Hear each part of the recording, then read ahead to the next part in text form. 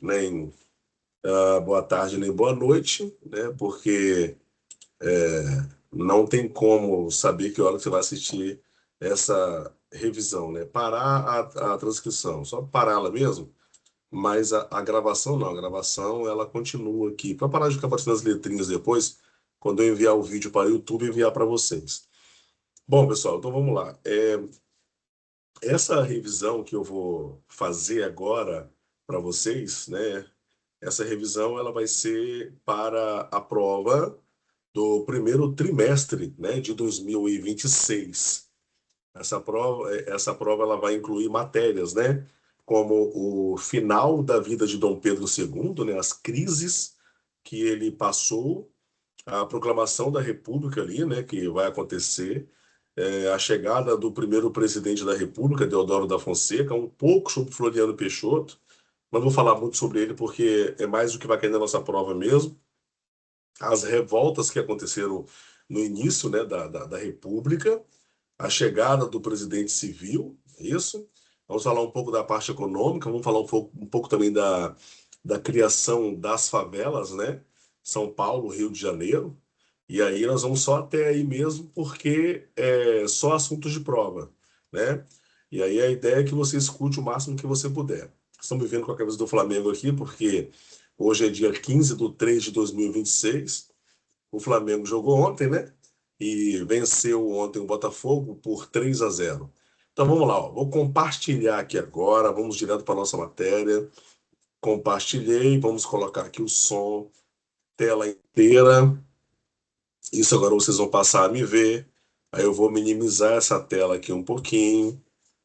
Está sendo gravado essa aula em um canal que eu mesmo criei. Vou minimizar essa tela também. Nós vamos cair já direto nesse slide.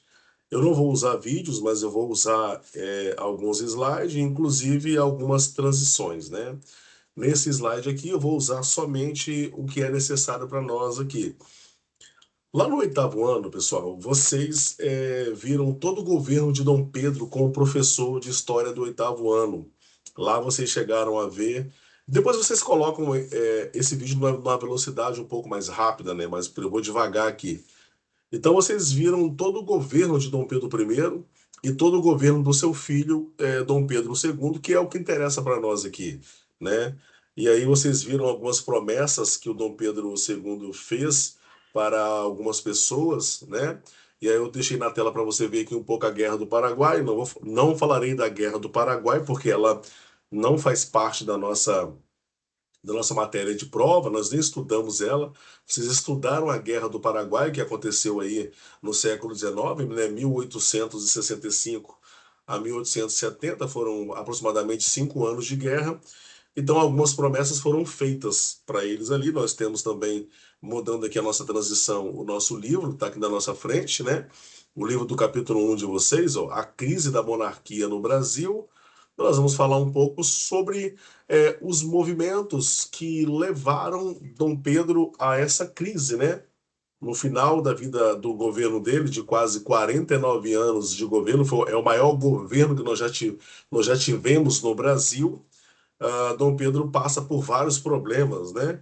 E aí nós vamos verificar agora quais são os problemas que Dom Pedro passa, né, para que ele pudesse perder o seu governo. Lembrando que ele tinha ainda o poder do moderador, né? Poder moderador esse criado pelo pai dele lá no início, né? Que é o Dom Pedro I, né? Ele vai criar ali e ele vai usar o poder legislativo, né? O executivo judiciário, que vem lá do Montesquieu, né? Aí lá dos iluministas, ele vai usar e ele vai criar mais um poder, que é o moderador, esse poder que tinha aí uma força a mais do que os outros três poderes.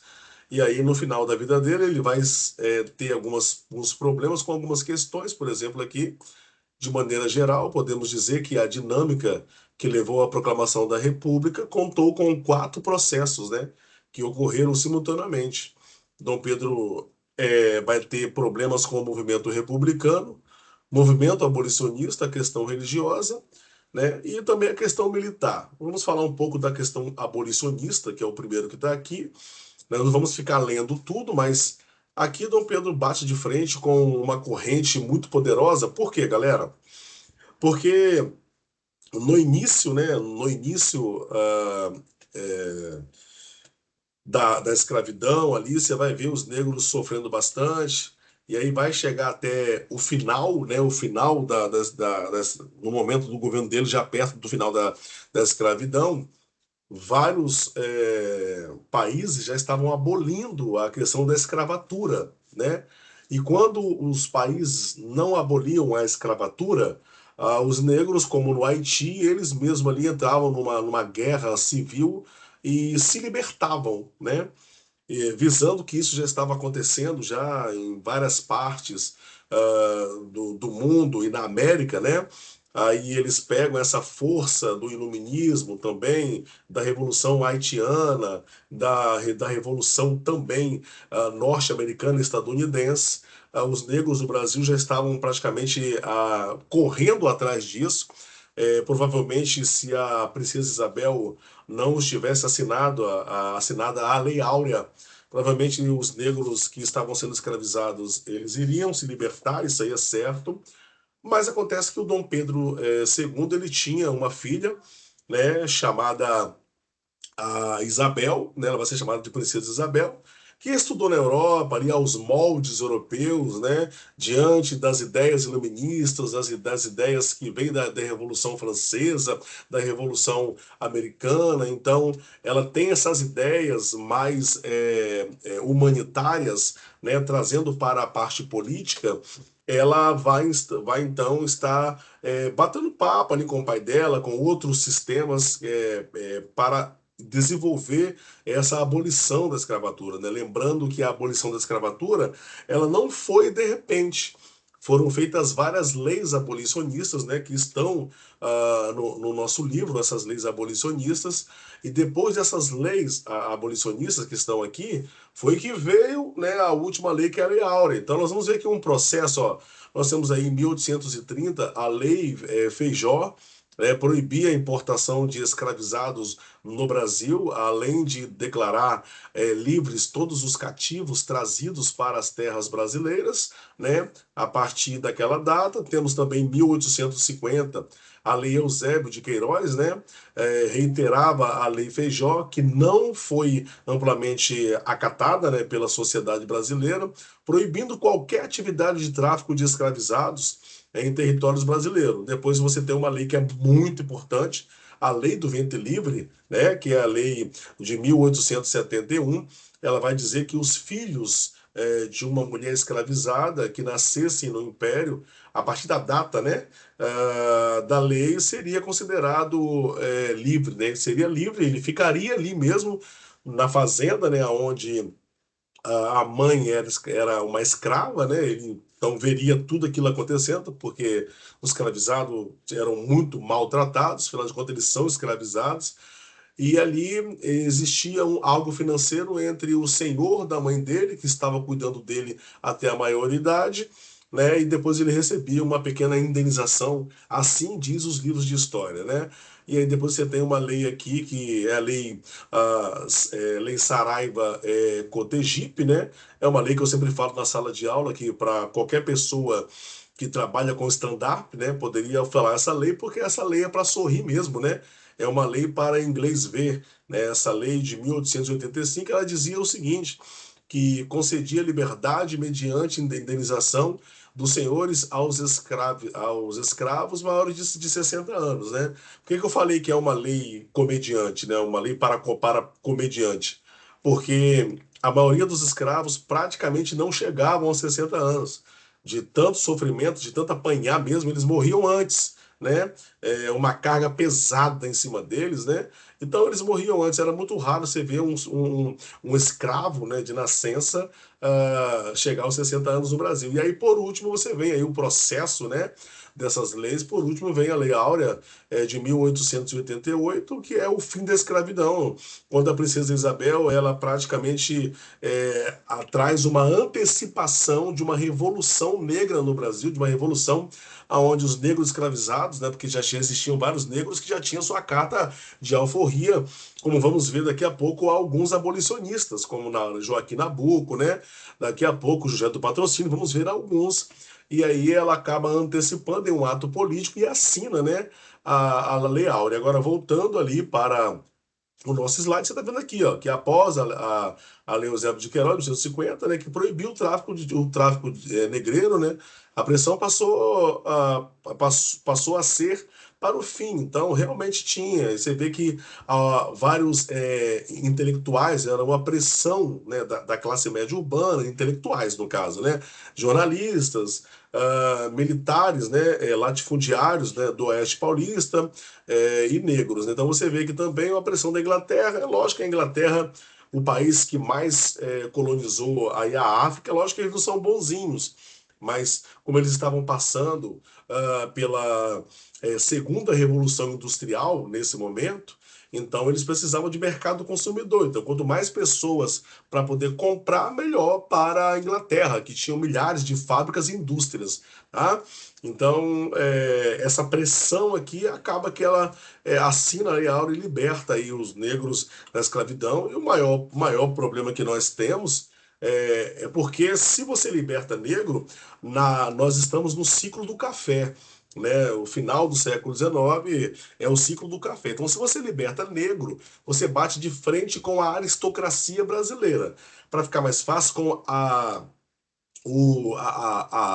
os poderosos do Brasil, né? A elite brasileira, os ricos, né, que tem no Brasil, né, você acaba batendo de frente com eles, porque eles são os donos de fazenda de café, né? São eles que praticamente têm milhares de fazendas de café e eles não trabalhavam nesse momento com tantos imigrantes assim, que já estavam no Brasil também. Né? Eram os negros mesmo que faziam todo esse trabalho, os negros escravizados. Então, uma vez que você liberta os negros, você acaba batendo de frente com a elite brasileira. Aí é o primeiro problema que o Dom Pedro vai ter.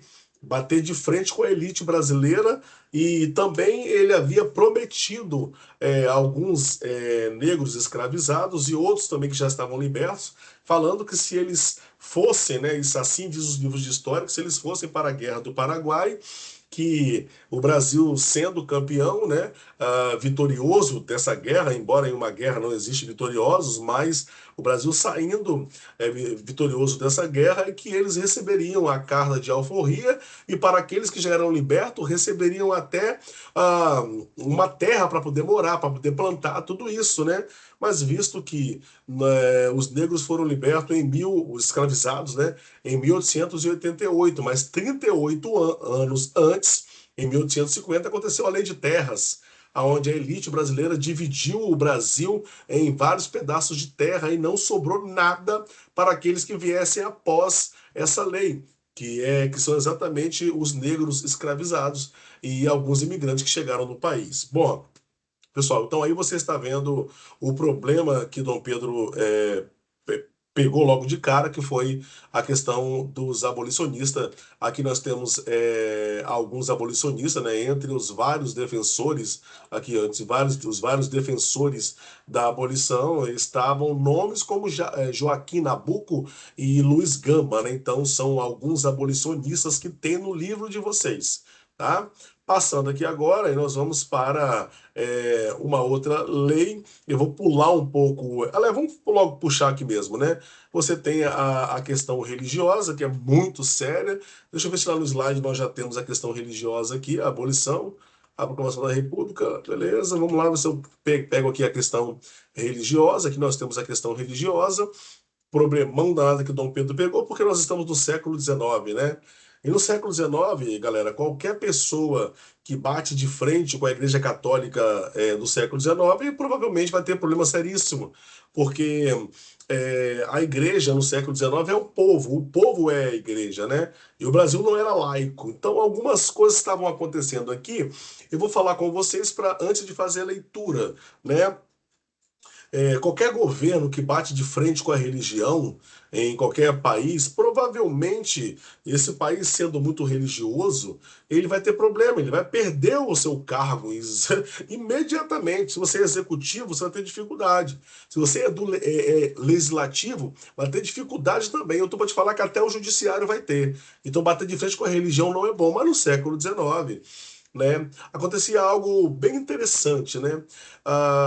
Vinha ordens, né, da Igreja Católica, do Papa, né, no Vaticano, e essa ordem ela chegava até Portugal, de Portugal vinha para o Brasil. Tipo assim, o Papa passava para o arcebispo, até chegar no bispo, né, nas paróquias, algumas regras e algumas mudanças de padre de um lado, mudança de outro.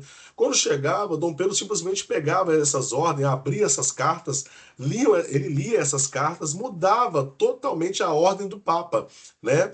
Em alguns momentos era para padre e tal, vou dar um exemplo aqui. Foi pedido para o padre da Bahia ir para sair da capital baiana, Salvador, e ir para Camaçari, um exemplo, né? Um local menor na Bahia. Então ele mudava isso, né? Às vezes ele não fazia isso, e aí era para pegar um padre, ele pegava um outro padre, ou ele oferecia um cargo a uma pessoa para ser padre, a um coroinha, alguma coisa assim. Ele fazia muito isso, né? Era para um bispo ir para outro estado, ele mudava isso. Então, quando ele passa a cometer esse tipo de corrupção, a Igreja Católica praticamente parte para cima dele. E no primeiro momento conversa bastante com ele, falando com ele dos problemas que isso vai acontecer. E aí vigorou algumas coisinhas que Dom Pedro fazia, como essa parte do vigorava no Brasil o regime do padroado, que vem de apadrinhar, né? O imperador tinha poderes para vetar decisões papais, que era o beneplácito, né? E nomear os membros dos cargos eclesiásticos. O cara simplesmente trocava padre de um lugar, trocava de outro, tirava o cargo dos padres, tirava as funções. Ele fazia isso assim o tempo todo. Tanto que tem em alguns momentos você consegue ver a imagem de Dom Pedro sentado numa cadeira de pessoas idosas, está bem aqui atrás, como se ele estivesse cansado mesmo, fazendo coisas assim que não é normal para um rei fazer, coisas que ele não fazia. Então ela bem, ele já teve problemas com a questão religiosa, a questão escravocrata, né? Problemas com a elite brasileira por ter tentado libertar e libertou os escravos, e agora problemas com a questão religiosa, né? E aí, em 1864, o Vaticano proibiu as relações entre a igreja e a maçonaria. A Igreja Católica da Igreja Católica do século XIX, o Papa mandou uma ordem para todas as paróquias, todas as igrejas do Brasil não permitirem maçons dentro das igrejas, muito bem, muito menos virar membro, né? Praticamente Dom Pedro ele foi o contrário, ele rejeitou isso, né? E aí ele vai ter um problemão sério em relação a isso, porque já em 1872 o governo prendeu, né? Ele prendeu, se fala governo, é o Dom Pedro. Ele prendeu os bispos da cidade de Olinda, que estavam expulsando os maçons de diversas irmandades religiosas. Agora, você vê, qual é o rei, qual é o presidente, né?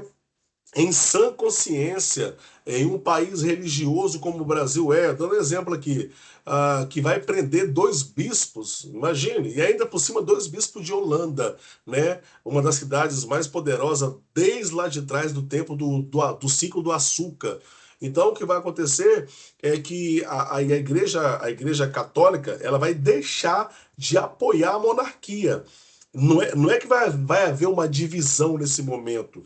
Não é que o país vai ficar laico nesse momento, né? Não vai haver uma laicidade agora. Mas acontece que as pessoas que é a igreja no momento não vai mais praticamente apoiar a monarquia. Acabou.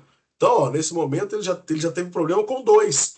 Problemas, então, com a elite brasileira, problema com os escravizados, né? E agora problema com a igreja. Aí, para completar, voltando mais um pouquinho aqui, porque nós temos aqui no livro de vocês também ó, a questão religiosa, tudo que eu falei está nesse local aqui.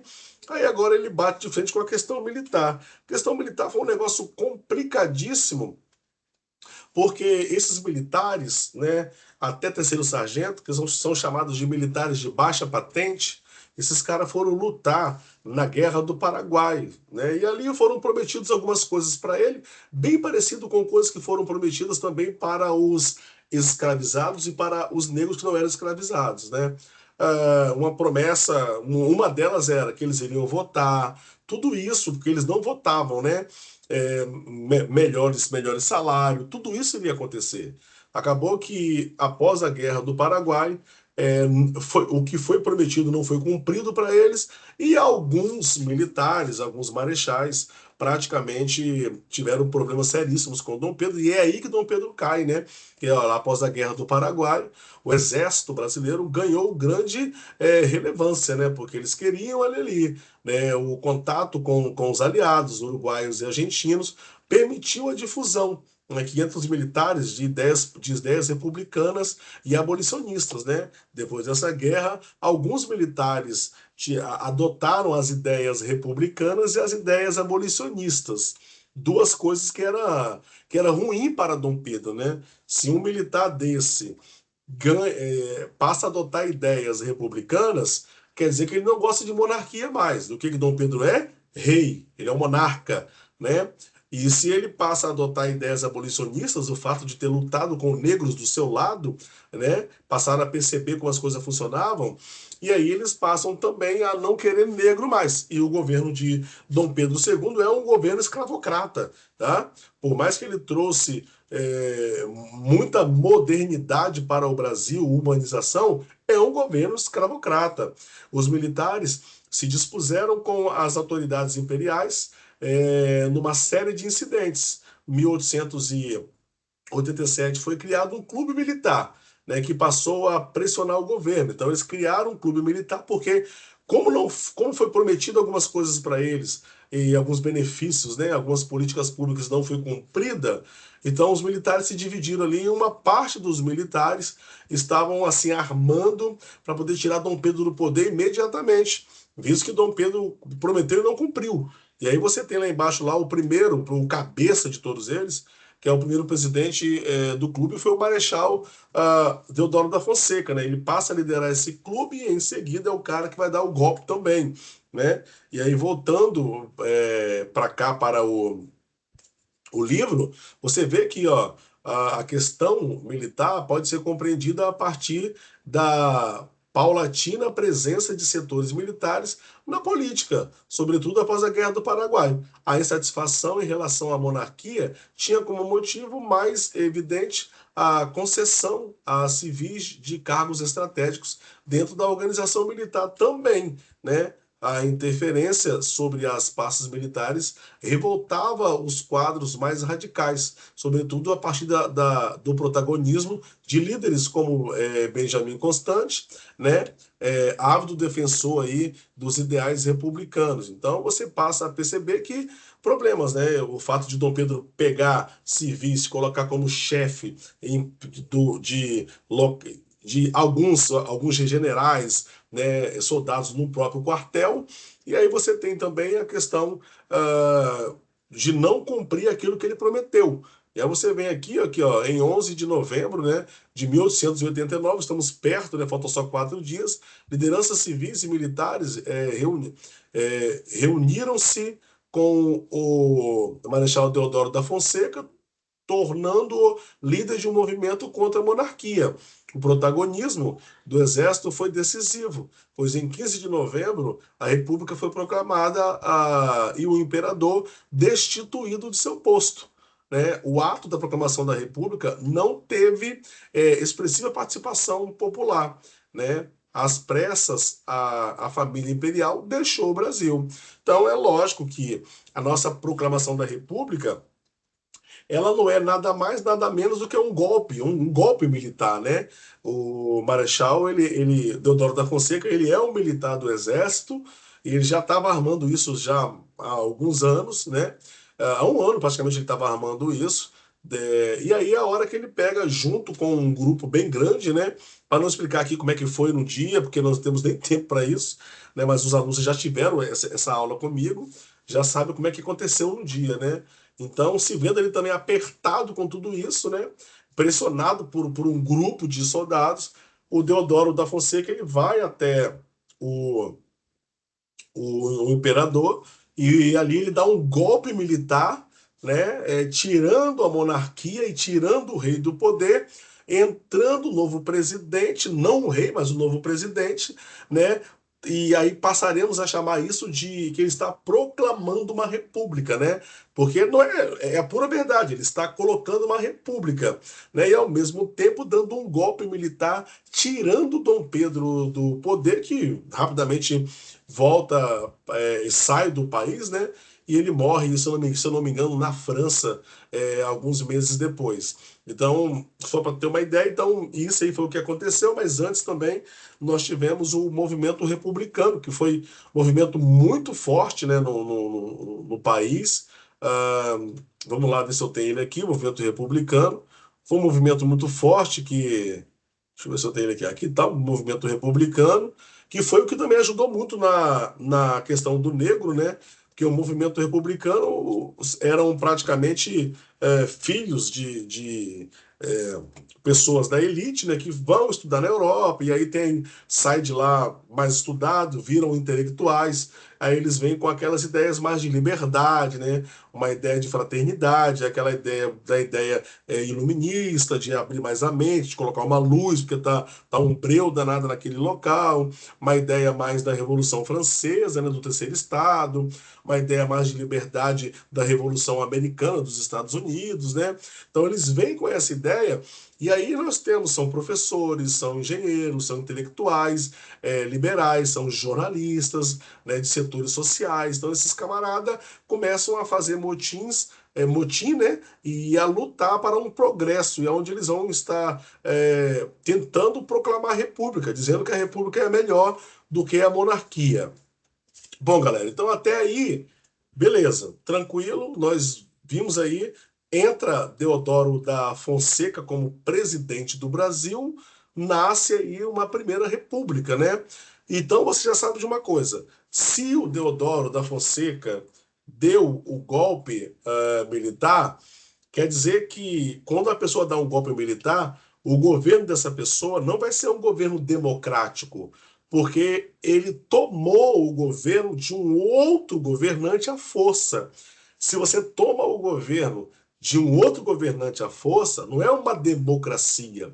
Democracia é quando há voto, democracia é quando há liberdade de pensamento, liberdade de você se candidatar, liberdade de você votar, os seus direitos serem correspondidos. Isso é uma democracia, né?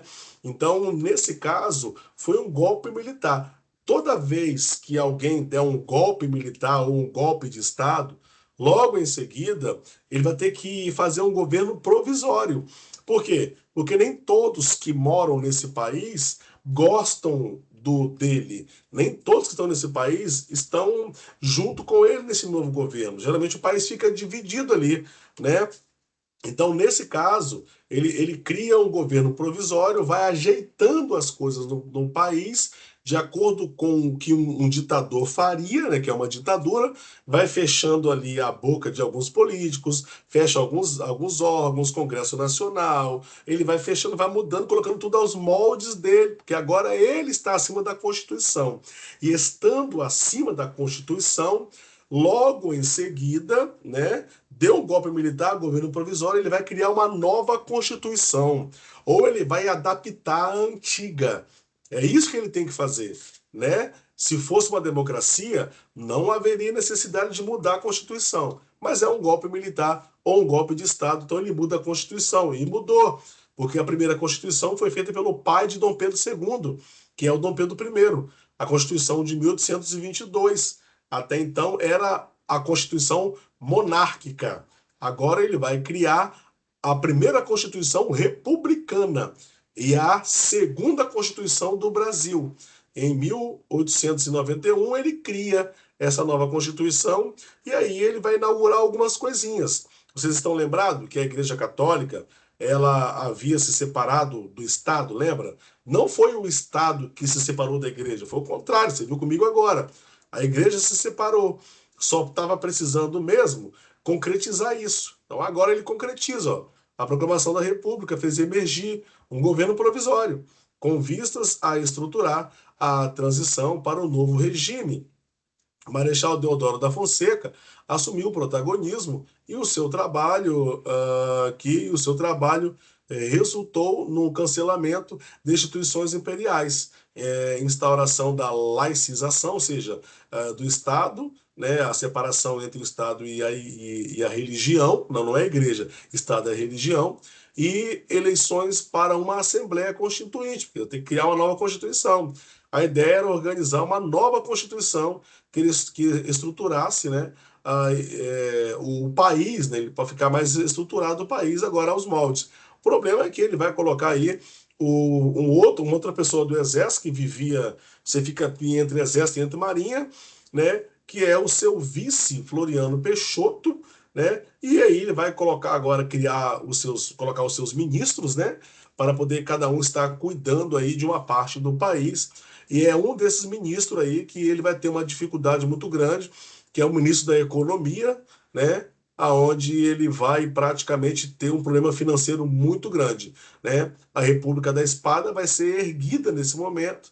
A gente vai ver aqui, ó, apesar dessa prescrição eleitoral, a primeira eleição foi indireta, né? Indireta por quê? Não foi o povo que votou. O povo nem participou da proclamação da República, muito menos da Constituição. Isso significa que o primeiro presidente foi escolhido pela Assembleia Constituinte. Pessoas dele mesmo, né? Porque já que é uma ditadura, quem vai votar contra ele? E não pelos cidadãos eleitores, né? O próprio Marechal Deodoro da Fonseca se tornou presidente, sendo o Marechal Floriano Peixoto seu vice. O início do período republicano foi marcado pela presença de militares na presidência. E por esse motivo, essa fase ficou conhecida como República da Espada, né? E aí, entre as principais características está o autoritarismo.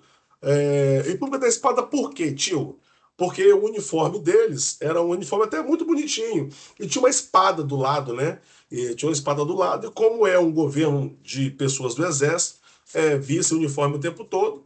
E aí, ó, aqui você tem a foto do Marechal Deodoro da Fonseca, aqui tem ele, né? Bem antes dele proclamar a República.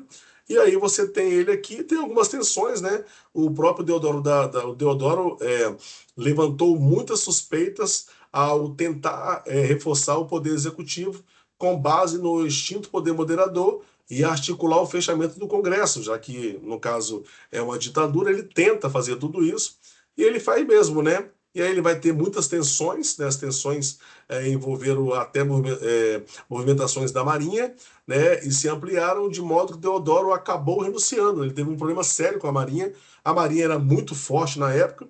Quando ele renuncia, entra o vice dele. Quem é o vice dele? Floriano Peixoto. Todo mundo achando que o Dom Pedro estava ruim, então entra um governo agora militar, o Deodoro da Fonseca, vai ser melhor, né? O Brasil vai ficar um pouco melhor agora. Acabou que ficou pior do que quando estava do Dom Pedro, se formos olhar em questão de ditaduras, né? Mas se olharmos também na questão da escravidão também, né?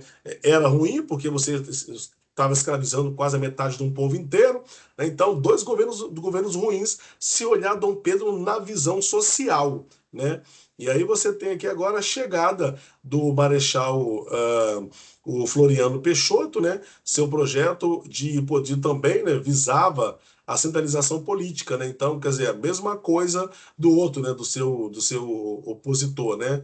E aí, nesse caso, ele também vai ter alguns problemas, por exemplo, aqui, ó, as tensões geraram um conflito armado que durou de 1893 a 95 e ficou conhecido como Revolução Federalista, né? Que seria uma guerra, né? A guerra civil só foi encerrada com a intervenção do presidente Prudente de Moraes, que é um presidente, nesse caso, civil. Então, houve brigas pesadas ali entre alguns estados e os próprios federais brigando. Aí entra o presidente civil, que nesse caso aí vai ser o Prudente de Moraes. Então, primeiro presidente civil do Brasil, e agora começa a corrupção, né? Se você tem a monarquia, você tem bastante escravidão no país. Se você tem a república com os militares, você tem ali, nesse caso dessa história, uma ditadura militar, governos ali governando com mão de ferro, né? Em um governo autoritário. Se entra os civis, nesse caso aí, agora não vai ter escravidão, não vai ter ditadura, mas vai ter, nesse caso agora, corrupção pesada e vai começar, nesse caso, pelos fazendeiros, né? Chegando ali os imigrantes, visto que os negros agora eles não são mais escravizados, então alguns negros continuam trabalhando nas fazendas, mas o governo, nesse caso agora, não governo, né? Os donos de fazenda vão estar contratando alguns imigrantes que vão trabalhar com parceria e com o colonato, né? São dois sistemas que nós já estudamos, né? Um deles, o colonato, né, vai ser mais benéfico para as duas partes. Nós já estudamos sobre isso. Mas aí agora chegou o momento em que o Rio de Janeiro, que é a capital do Brasil, vai precisar passar por uma urbanização, né, muito grande, o país passando por isso, mais São Paulo e Rio de Janeiro. E agora nós temos um grande probleminha, né, porque quem mais ficava no Rio de Janeiro ali nas periferias eram as pessoas negras, né? Ou brancos muito pobres, o que era uma raridade na época, ou alguns indígenas também pobres ficavam naquela espalhada aí nas periferias das grandes cidades do Brasil e falando agora sobre a capital do Brasil, que é o Rio de Janeiro. Mas a gente tem aí a questão de São Paulo, né? Você pode verificar que praticamente ela vai sofrer aí, né, um aumento de 30 mil habitantes em 1872. Aí quando ele chegar em 1800 e 1920, né, 50 anos depois, ele vai de 30 mil habitantes para 570 mil habitantes, para você ver a necessidade que tinha de uma urbanização assim urgente mesmo, né, e de uma modernização. E aí a ideia é que ele ficasse desse jeito, a Estação da Luz, é que ficasse lá em São Paulo, ficasse desse jeito aqui, mas a capital não é São Paulo, a capital é o Rio de Janeiro. E aí nós vamos agora pular um pouquinho para nossa revisão, porque repara que chega agora algumas atividades. E aí, antes de nós falarmos um pouco sobre o Rio de Janeiro, né, explode algo financeiro também lá no norte, né? Lá no norte do Brasil, né? Nesse momento agora nós estamos muito perto da Primeira Guerra Mundial, mas estamos perto dela. Então, mas tem um tal de Henry Ford lá nos Estados Unidos, né, que está construindo ali fábricas enormes de carros, né, do Fordismo, e aí ele precisava, se você tem carro, precisa de pneu, né? E como praticamente a América tinha um imperialista, e tem até hoje, né, que são os Estados Unidos da América, falando agora de aula de história, não fazendo críticas para nenhum dos lados, só uma aula mesmo, você percebe que os Estados Unidos ele vem para o norte mais na questão executiva mesmo, né, os empresários, e aí o Ford ele vai verificar que no norte do Brasil tem uma árvore lá, uma seringueira, olha, era aqui, e aí sai um líquido branco, que é o látex, e que eles vão transformar ela em borracha, né? E essa borracha vai servir para fazer pneus de carro, porque estava no momento mesmo de muita criação de carro mesmo, construção aí de muitos carros, e o Henry Ford vai até criar ali uma região chamada de Fordlândia, né? Que o lucro vai ser enorme.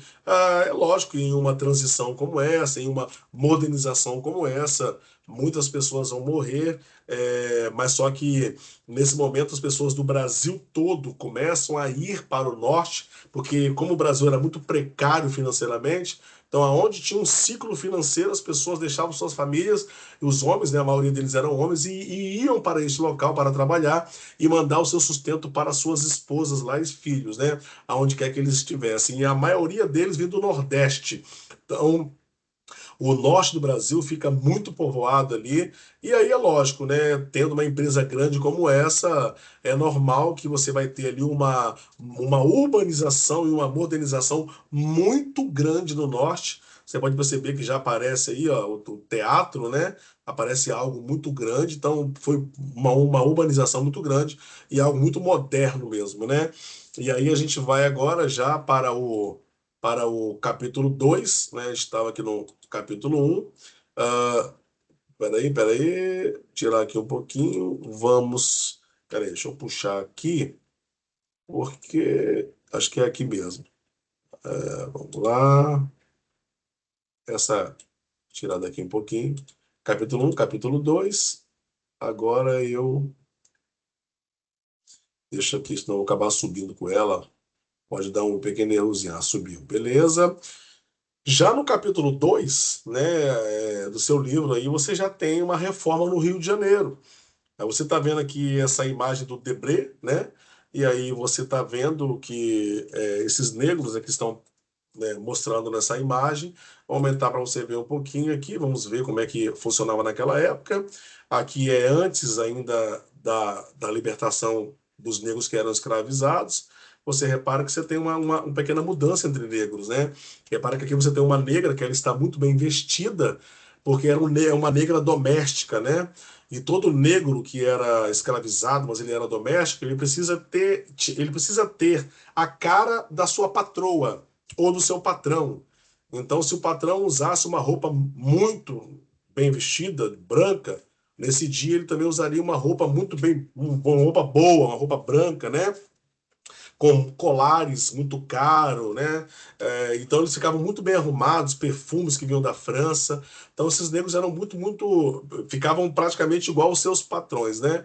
Tem até interessante que tem algo que o Denzel Washington, né, fazendo o filme, é, ele interpreta, né, um nome muito grande que é o Malcolm X, né, Malcolm X, e eles acabam tendo uma disputa, né, falando um pouco dentro desse contexto. Ele tem uma disputa no filme ali que ele fala sobre o negro doméstico, né, que quando o patrão acordasse de manhã e falasse bem assim, hoje eu não estou muito bem, hoje eu estou, por exemplo, com enxaqueca, estou passando mal, né?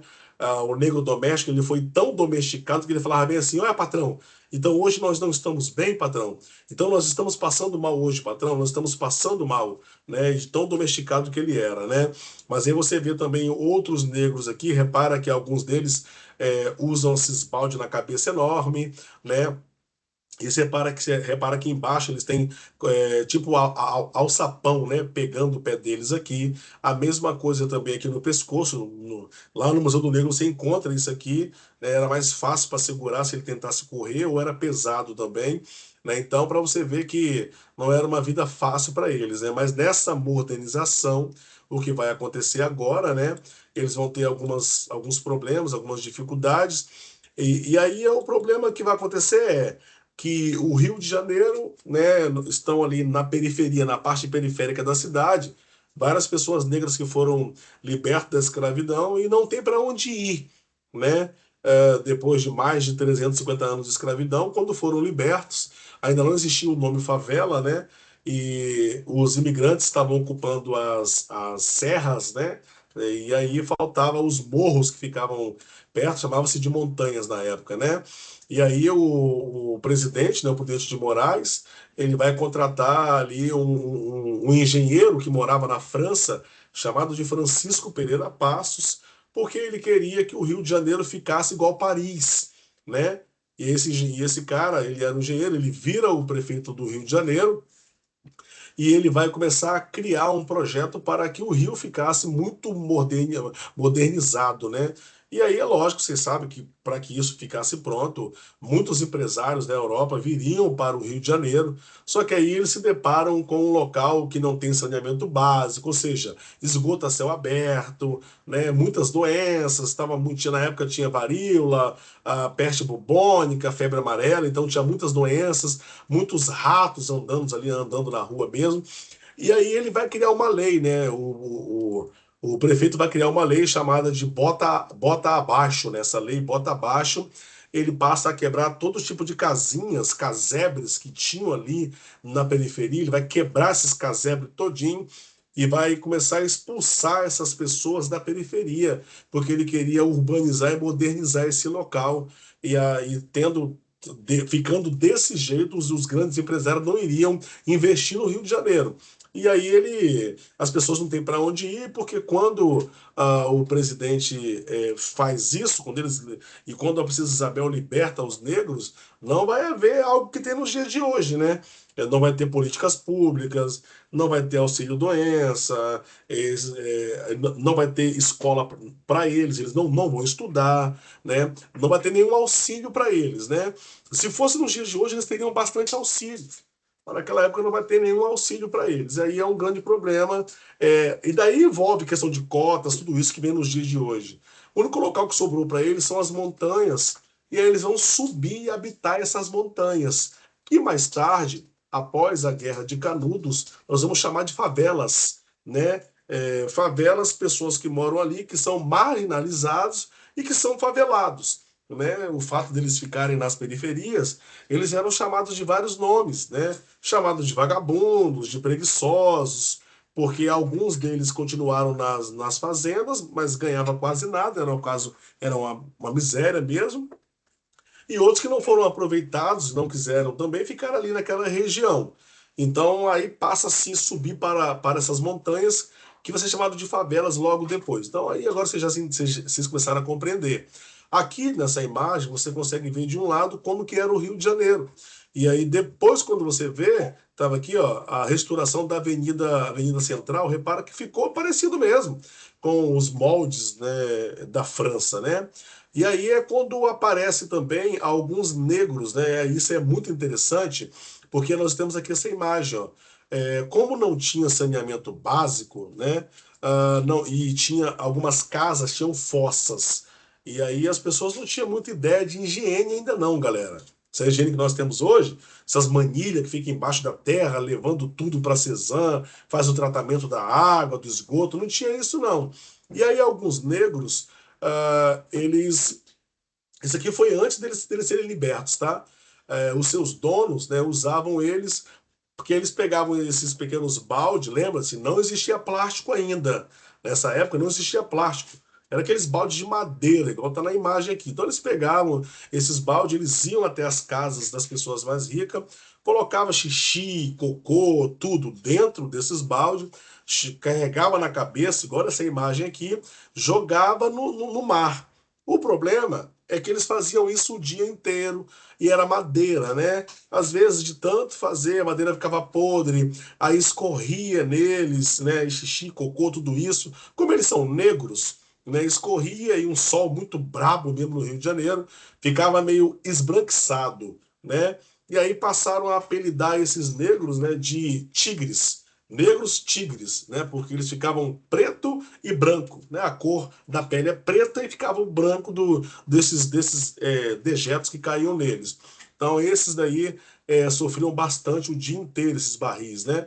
Aí agora descendo, o problema que vai acontecer é que mesmo esses negros indo para os morros, que vamos chamar de favela daqui a pouco, né? O que vai acontecer, vamos puxar aqui um pouquinho, o que vai acontecer nesse momento é que essas doenças elas vão subir com eles. Essas doenças elas vão também para apertar o F11 aqui, elas vão para os morros. E aí é que está o problema, né? Indo para o morro, ali vai ter, novamente, varíola, peste bubônica, febre amarela. E os grandes empresários que estão lá cuidando do Rio de Janeiro não vão querer que isso aconteça. Então, o prefeito vai ter uma excelente ideia, né? Na verdade, uma ideia de jirico, né? Ele vai ter uma ideia de jirico, nós já estudamos isso, ele simplesmente vai verificar, vai constatar que a maior parte da doença que tem no Rio de Janeiro são ratos, vem dos ratos, né? Tipo que nós tivemos lá na Idade Média, lembra? Que é a peste negra. Os piolhos dos ratos picavam as pessoas, davam aquelas bolotas de pus. E aí ele vai ter uma ideia bem interessante. Estranho, galera. Só uma pausa aqui. É que quando eu estou contando para vocês aqui, parece que é uma brincadeira, não parece? Não, não é possível que isso aconteceu no Brasil. Mas aconteceu, rapaz. O que vai acontecer aqui agora? Ele simplesmente vai começar a comprar ratazanas. Ele passa a comprar ratos. E aí eu te falo, camarada foi escravizado por mais de 350 anos no Brasil. E aí, na hora que chega, que acaba a escravidão, por ele ter praticamente quase construído o Brasil inteiro com sua mão de obra, porque a maioria deles, né, eram engenheiros que vieram da África, os caras eram professores, médicos. O cara constrói tudo ali. E aí, quando ele é liberto sem nada, nenhuma ajuda, muito pelo contrário, ainda é expulso de onde ele estava, né? E aí ele sobe para os morros, que agora vamos chamar de favela, serão chamados de vários nomes ali. Aí o cara fala, não tem comida, não tem nada. Aí o prefeito fala, olha, pessoal, cada rato que vocês pegarem para nós aqui, cada ratazana, por quilo, são 10 contos de réis. Bom, nós já estudamos isso na sala de aula. Vocês falaram exatamente o que foi feito na história. Vocês iriam passar a criar ratos. Foi o que eles passaram a fazer. Se cada ratazana custa 10 contos de réis, se eu não tenho comida, não tenho nada, não sou bem visto na sociedade, não posso nem descer do morro direito, eu vou então estar criando rato. Proliferou ainda mais a quantidade de doença. A ideia que ele vai ter é de pegar um especialista, né, para poder cuidar dessa doença que estava no Rio de Janeiro e em São Paulo. O especialista vai ser esse cara aqui, ó, Oswaldo Cruz, exatamente de onde sai o instituto renomado no Brasil, muito respeitado, que cria várias vacinas, Oswaldo Cruz, esse é o cara. O Oswaldo, ele vai pegar uma quantidade de médicos sanitaristas, alguns até cientistas, tá? E vai criar uma tal de vacina, tá, galera? Só tem um grande problema. Não, o Brasil ainda não tinha visto vacina. Alguns historiadores falam que ele já havia feito isso em São Paulo. Mas no Rio de Janeiro, ninguém sabia o que é esse negócio de vacina, galera. Não existia isso, tá? Então, o que vai acontecer? Ele vai tirar da Europa esse pequeno líquido transparente, colocar dentro dessa injeção, e aí ele vai subir os morros primeiro para poder vacinar aqueles que eram escravizados. E aí nós conversamos na sala de aula, e você imagina só, olha bem, um Estado que te escravizou por quase 400 anos. Depois que ele te libertou, ele praticamente não te deu nada. Ele não te deu nada mesmo, nada. Ele praticamente te jogou a ver navio em um morro que você teve que se virar para poder estar construindo seus pequenos casebres lá em cima. Quando ele sobe, nós estamos em 1904. 1904, vocês sabem que a mulher não podia mostrar nem um antebraço, nem um pescoço, nem um tornozelo podia mostrar. E aí, antigamente, as vacinas, nessa época, eram dadas nas nádegas, ou seja, na bunda. Se uma mulher não pode mostrar nem um antebraço, como que o marido vai deixar um homem desconhecido dar uma injeção, né, nas nádegas dela? Isso não vai acontecer. Tio, aonde que eu vejo mais ou menos essa visão que você está falando? Na novela Chocolate com Pimenta, que a Rede Globo de vez em quando repete ela aí, e na novela também o Cravo e a Rosa, que tinha o Petrúquio, né? Para você ter uma ideia, na novela o Cravo e a Rosa, que tinha o Petrúquio, lá na fazenda do Petrúquio tinha um Januário, tinha uma outra menina também. Você pode perceber, vocês viram comigo isso na aula, que às vezes quando o Petrúquio cuidava de queijo, ele vendia queijo, linguiça, um monte de coisa. Mas quando ela queria comer um pedaço de queijo escondido, alguma coisa assim, ela falava com ele que ia mostrar a canela para ele, ou mostrava o antebraço para ele, ou às vezes ela mostrava para ele o pescoço, e ele fazia qualquer coisa que ela quisesse.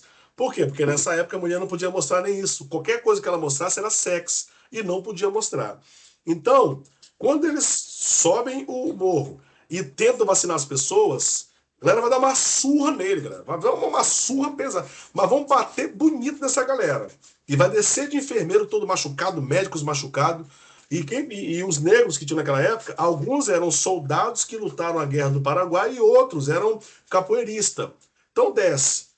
Alguns meses depois, esses médicos vão subir com o exército. Subindo com o exército, você já sabe comigo, vai acontecer uma guerra lá em cima, uma revolta. E essa revolta vai ser chamada de quê? Revolta da vacina. Lembra? A revolta da vacina, 1904. Ah, tio, porque eles não gostam de vacina? Não, é muito diferente da Covid-19. Primeiro que eles não acreditam no Estado que os escravizou. Pois eles achavam que provavelmente eles vão estar tentando nos matar aqui, né? Outra coisa eles não foram conscientizados. Poderia ter conscientizado, ter explicado, mas não fizeram isso. E aí vai dar uma crise enorme, né? E aí já estava dando uma crise econômica num país por causa disso, porque estavam indo embora os empresários, e aí essa tensão popular, uma insatisfação muito grande, e aí vai começar essa guerra, essa revolta chamada Revolta da Vacina. Você está vendo aqui, ó. A Revolta da Vacina foi um movimento popular, ocorrido em 1904, no Rio de Janeiro, contra a vacinação obrigatória de combate à varíola determinada pelo governo. A população, ignorante, quanto aos efeitos da vacina e com uma moral resistente à exposição de parte do corpo, né?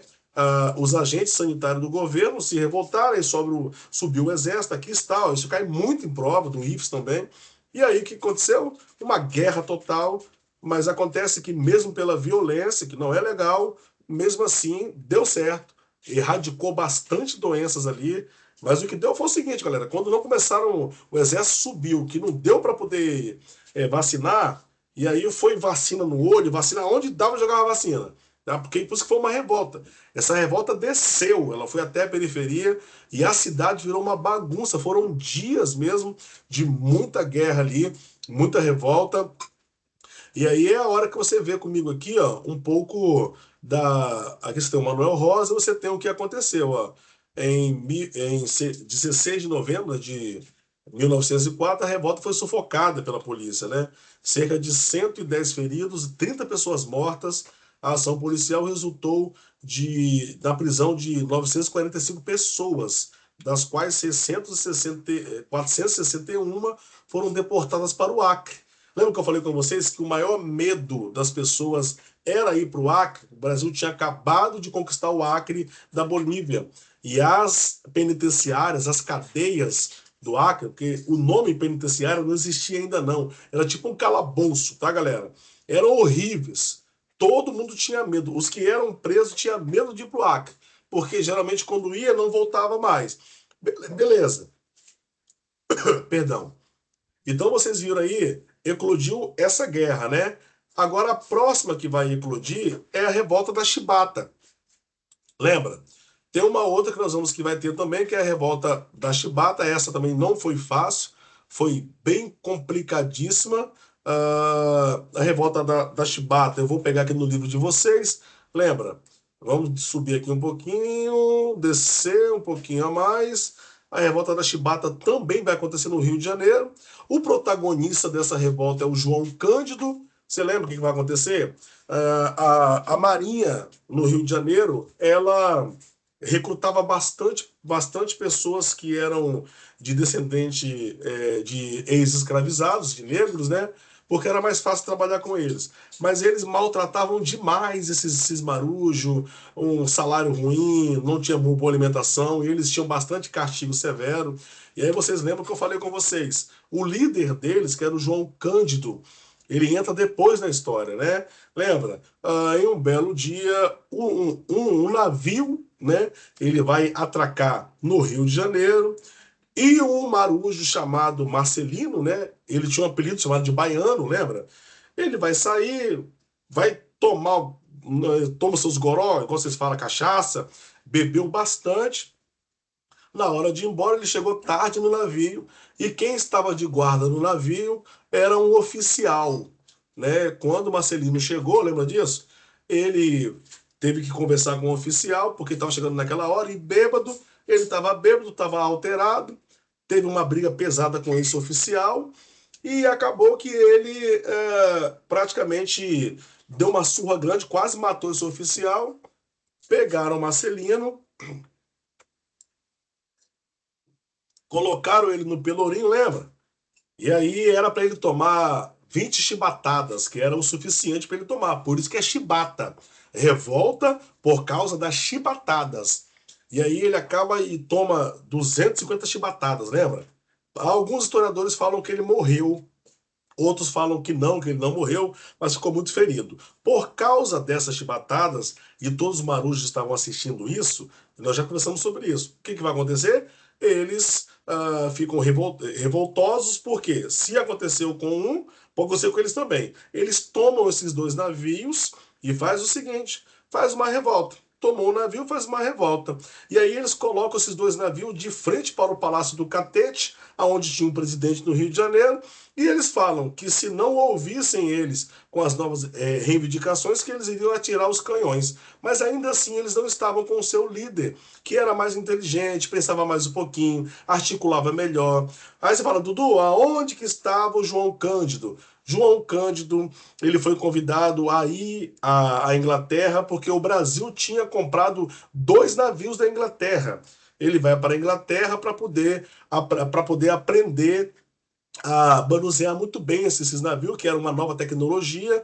Lá ele fica um mês na Inglaterra, e aí, ficando um mês na Inglaterra, João Cândido, que é o almirante negro, assim chamamos ele, ele passa a verificar que ele tem uma boa alimentação, que eles são muito bem tratados, bom salário. Quando ele chega no Rio de Janeiro, ele logo fica sabendo da revolta, junta-se aos seus colegas revoltosos, e aí, um grande dia, os outros soldados brancos não estavam acreditando que eles iriam atirar.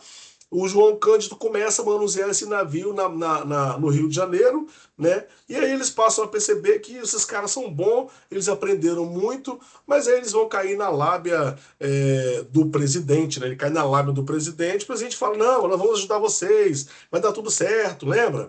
Aí o presidente entra no navio, cerca todo mundo, prende, mata uma galera, alguns mandam para o Acre. No final, o João Cândido, ele não morreu, né, um dos únicos que não morreu, e, se eu não me engano, há pouco tempo, no ano passado, né, os descendentes de João Cândido estão reivindicando, né, uma indenização na justiça brasileira pelo que aconteceu com ele. Né, interessantíssimo. Então, essa foi a revolta, né, da Chibata, né?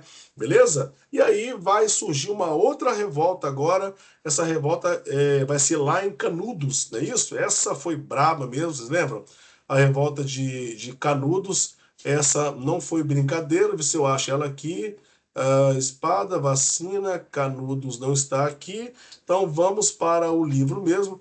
Aí vai aparecer a revolta de Canudos, nós já trabalhamos sobre ela. A revolta de Canudos vai ser uma revolta complicadíssima no sertão da Bahia. Lá nós vamos ter o protagonista João Antônio Conselheiro. Lembra? No sertão da Bahia nós tínhamos ali um pequeno vilarejo chamado de Canudos. Quem vai nos contar essa história, né? É o Euclides da Cunha. Euclides da Cunha, o maior jornalista da época, vai contar essa história para nós. Nós sabemos que Antônio Conselheiro era um cara sagaz, lembra? É o momento que o Brasil está passando pela República Velha, muita corrupção, momento de muito problema, muita fome mesmo. E aí ele vai conseguir juntar lá em Canudos mais ou menos 30 mil pessoas em Canudos, lembra disso? E essas pessoas que ele junta lá em Canudos são ex-escravizados, brancos pobres, né, sertanejos ali, pobríssimo, lugar muito pobre, pessoas que quase não têm comida, não têm água, uma seca enorme. Alguns indígenas estavam ali com ele também. Assim, porque como o Estado não estava ajudando, então eles tentaram alguém que pudesse ajudar. E o Antônio Conselheiro, ele era um religioso fanático, ou seja, um fanático religioso. Tanto que ele se dizia ser o Messias da época, o enviado de Deus para salvar aquelas pessoas. E ele imitava Cristo mesmo, lembra? Ele andava com um roupão enorme, né? Aqui nós chamamos de vestido, né? Mas é um manto enorme, aqueles barbão. Ele era um cara calmo, falava tranquilo, levava soluções para as pessoas, né? Então você vê que na própria Bíblia, Cristo ele é assim mesmo, né? Você vê, quando você lê a Bíblia, você vê que Cristo ele tem aquelas palavras sempre de solução. Quando você lê ele falando com os discípulos, curando as pessoas, ele sempre tem palavras de solução. Cristo é sempre assim, calmo. Só tem um momento na Bíblia que você vê que é quando Cristo chega lá em Jerusalém, lembra? No templo de Jerusalém, e quando ele vê que as pessoas estão fazendo do templo um comércio, aí ele pega um chicote, dá chicotada em uma galera, joga tudo pro alto, mesmo assim ele não pecou.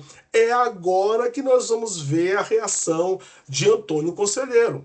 Né? O que, que vai acontecer? Como eles moravam nessas casinhas aqui, esses pequenos casebre, assim que ficou hoje em dia, né? Eles compravam muitas madeiras, né? Eles vendiam algumas coisas, compravam muita madeira.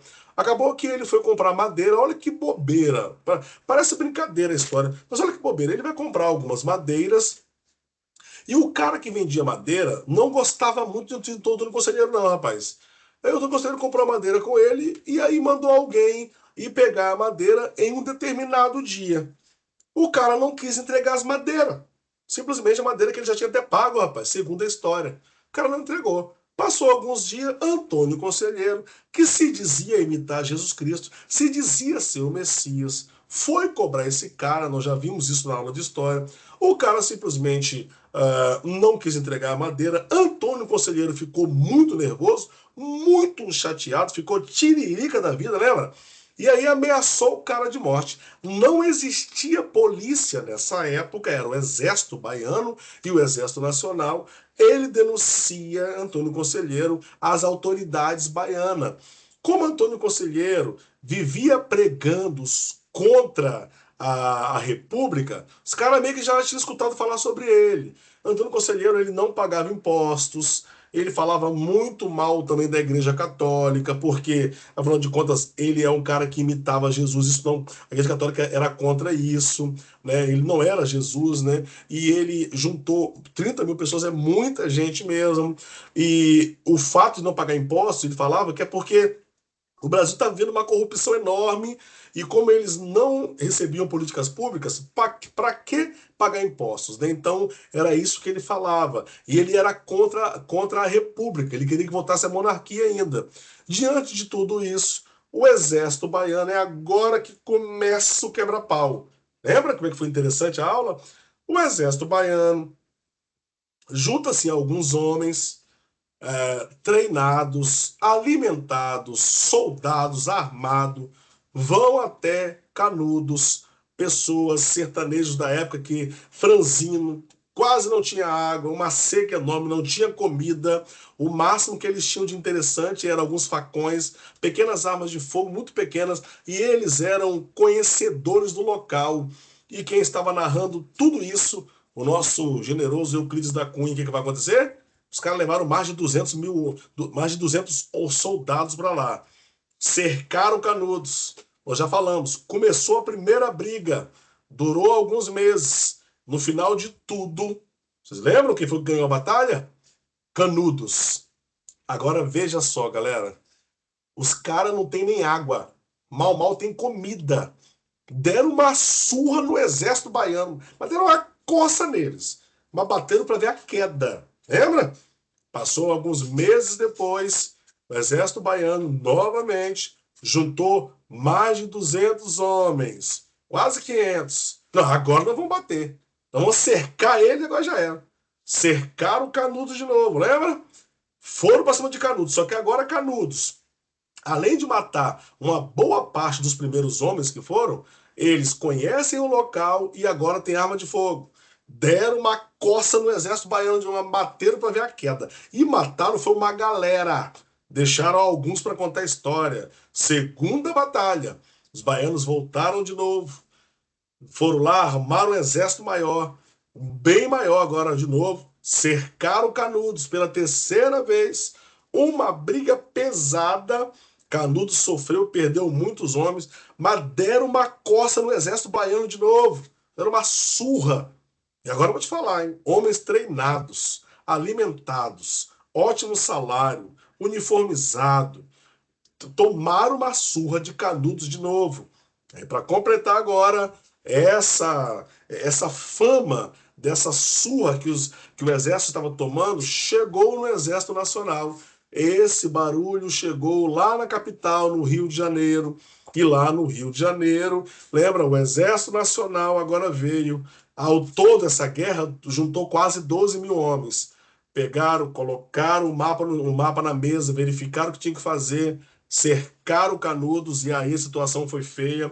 Eles dizimaram o Canudo inteiro. Praticamente ali extinguiram a vida de várias pessoas, mataram muitas pessoas, inclusive o seu líder, Antônio Conselheiro. Essa foi a Guerra de Canudos, no sertão da Bahia. Você fala bem assim, Dudu, a situação no país estava feia. Isso porque você não viu ainda a corrupção que está entre os presidentes, que é a República Café com Leite que está acontecendo aqui, ó. É por isso que está uma desorganização tão grande no país. Mas fala bem assim, Dudu, acabou? Acabou no Nordeste baiano, porque agora foi lá para Santa Catarina. Em Santa Catarina, né, surge também uma outra revolta pesadaça, né? E essa nós sabemos que um cara que era o líder, né, desse bando era José Maria de Santo Agostinho. Né? José Maria era o líder. O problema daqui é muito simples e muito fácil. O nome é Revolta do Contestado, né? Eles estavam contestando uma região que ficava lá no sul, né? Entre Santa Catarina e o Paraná ali.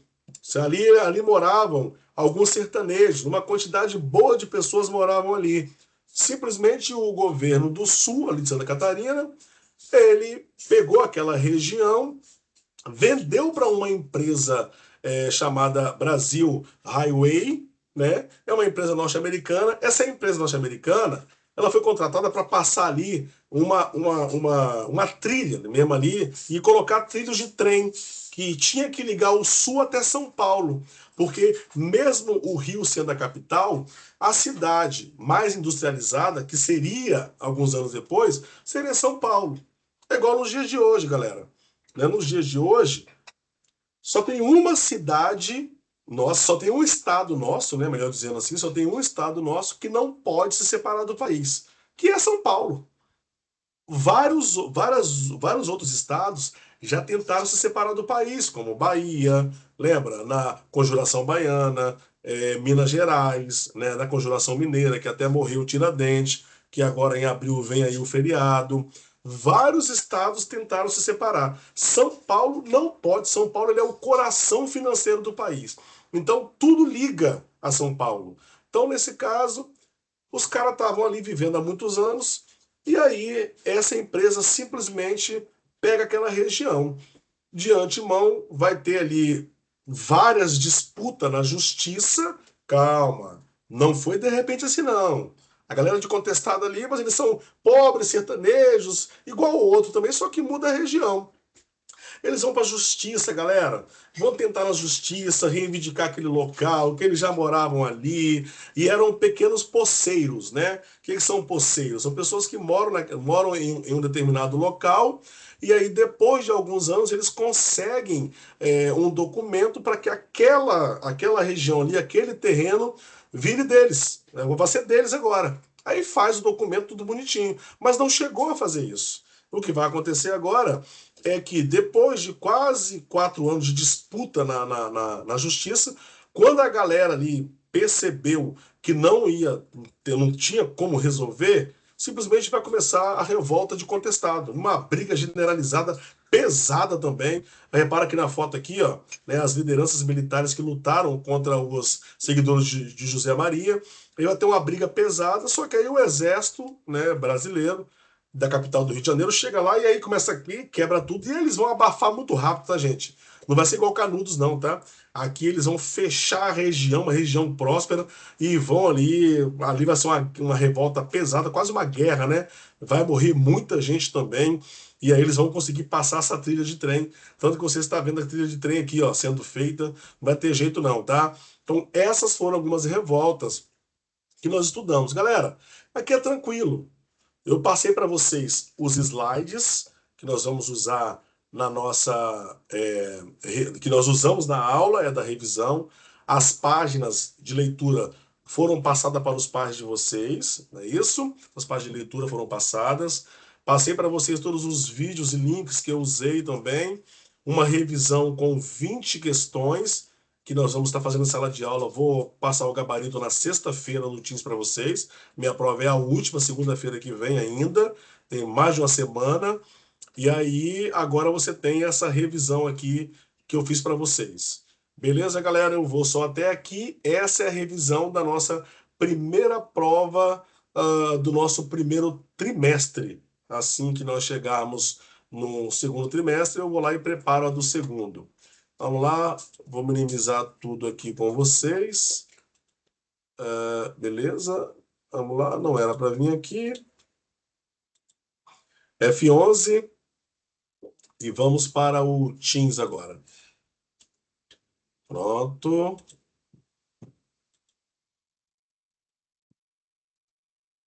Beleza. Fechando aqui a minha tela um pouquinho. Parei de compartilhar. Agora vamos fechar, parar de gravar. Valeu, galera.